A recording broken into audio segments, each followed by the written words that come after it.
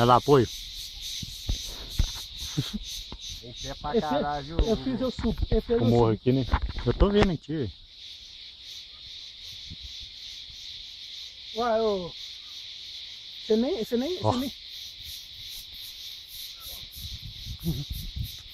Esse aí que mata, ó. Você ficar puxando a moto, né? Que mata e fica gemendo. Você viu a gemida que deu na hora de levantar? Ih! Isso aí é que mata. E agora vai tentar montar o contrário, é mais difícil ainda, né?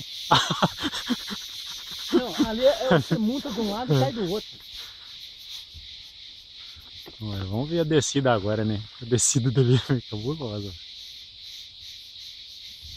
Não parece, mas ali ainda é em pé pra caralho. Calção e tudo. Cuidado com o pedal de marcha.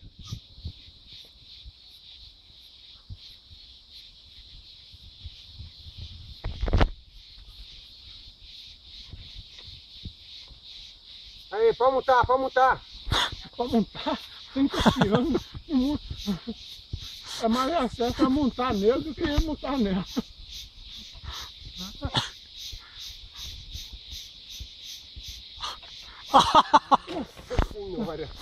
Ô Zé, machucou não, né? Olha o capacete. Machucou?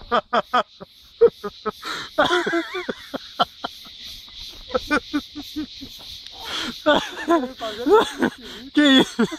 Machucou, Daniel?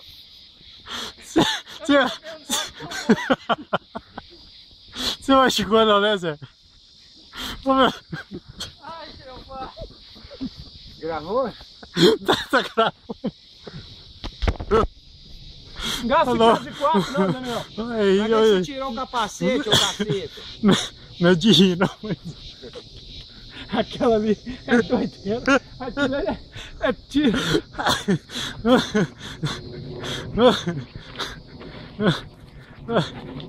Oh, meu Deus. Não devia rir, não. É um capote do...